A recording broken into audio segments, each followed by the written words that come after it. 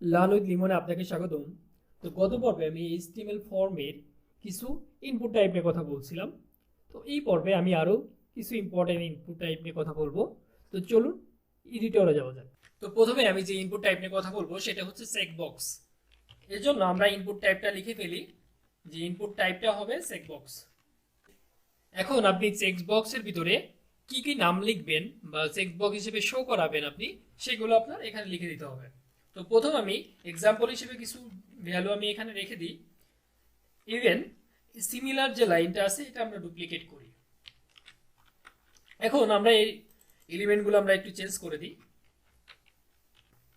এখন যদি আমরা ব্রাউজার আউটপুট দেখি তাহলে দেখতে পাচ্ছি যে চেক বক্স দেওয়ার কারণে ইনপুট টাইপ, তো এখানে যে এলিমেন্টগুলো আপনি লিখছেন তো এগুলো সব আপনি আইটেমগুলো ইচ্ছা করলে ডিসপ্লে করাইতে পারেন বা সিলেক্ট করতে পারবেন।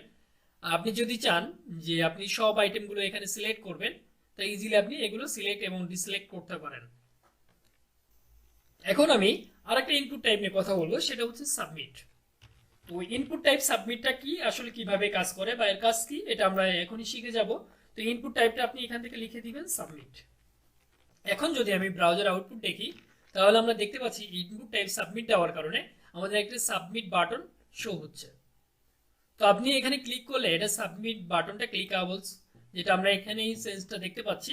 এখন আমরা যে ইনপুট টাইপ নিয়ে কথা বলবো সেটা হচ্ছে টেল, মিন্স টেলিফোন নাম্বার বা মোবাইল নাম্বার আপনি কিভাবে ইনপুট করবেন। ওকে, এর জন্য আপনাকে যেটা লিখতে হবে সেটা হচ্ছে টেল। টেল নামক টাইপটা আপনাকে টাইপ করতে হবে। এখন সাথে সাথে আপনি এর নেম দিতে পারেন, যে নেমটা কি আপনি এখানে দিতে পারেন যে মোবাইল, বা আপনার ইচ্ছা মতো আপনি লিখে দেন। তারপর আপনি এর প্লেস হোল্ডার দিতে পারেন, যে প্লেস হোল্ডার আপনি সহজে ডিটেক্ট করার জন্য, বা এখানে আপনি লিখে দেন যে ইন্টার ইউর ফোন নাম্বার,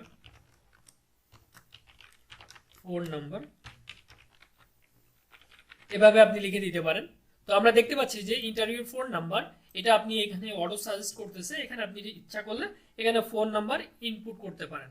এখন আমরা যে ইনপুট টাইপ নিয়ে কথা বলবো সেটা হচ্ছে সার্চ। এর জন্য আপনাকে একটা ইনপুট টাইপ নিতে হবে, দেন আপনি এখানে লিখে দেন সার্চ। দেন আপনি এর নেমটা দিয়ে দিতে পারেন, এখান থেকে নেম কি হবে সার্চ, এই কিওয়ার্ডটাই রাখেন। দেন আপনি প্লেস হোল্ডার লিখে দেন যে ইন্টারভিউ সার্চ সামথিং। তো আমরা দেখতে পাচ্ছি যে সার্চ ইনপুট টাইপ দেওয়ার কারণে আপনাকে এখানে সার্চ দেওয়ার কিছু অপশন আসছে, যেখান থেকে আপনি সার্চ করতে পারেন খুব সহজেই। এখন আমরা যে ইনপুট টাইপ নিয়ে কথা বলবো সেটা হচ্ছে ইউআরএল বা ওয়েবসাইটের ইউআরএলটা আপনি কিভাবে ডিসপ্লে করাবেন এই অপশনের ভিতরে। তো এর জন্য আপনাকে যে টাইপটা লিখতে হবে সেটা হচ্ছে ডিরেক্ট ইউআরএল। দেন আপনি এখানে নেমটা লিখে দিতে পারেন যে ওয়েবসাইট সামথিং, ওয়েবসাইট। দেন আপনি প্লেস হোল্ডারটা এখানে লিখে দিতে পারেন your website names hear something.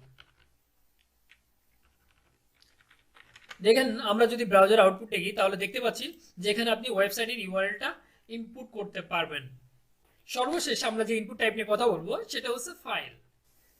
ওকে, এর জন্য আমরা ইনপুট টাইপটা লিখে ফেলি, ইনপুট টাইপটা হবে ফাইল। এটা দিয়ে যদি আমরা এখন ব্রাউজারে আউটপুট দেখার ট্রাই করি তাহলে খুব সহজেই দেখতে পারবো যে ইনপুট টাইপ ফাইল দেওয়ার কারণে আমাদের চুজ ফাইল বলে একটা অপশন আসছে।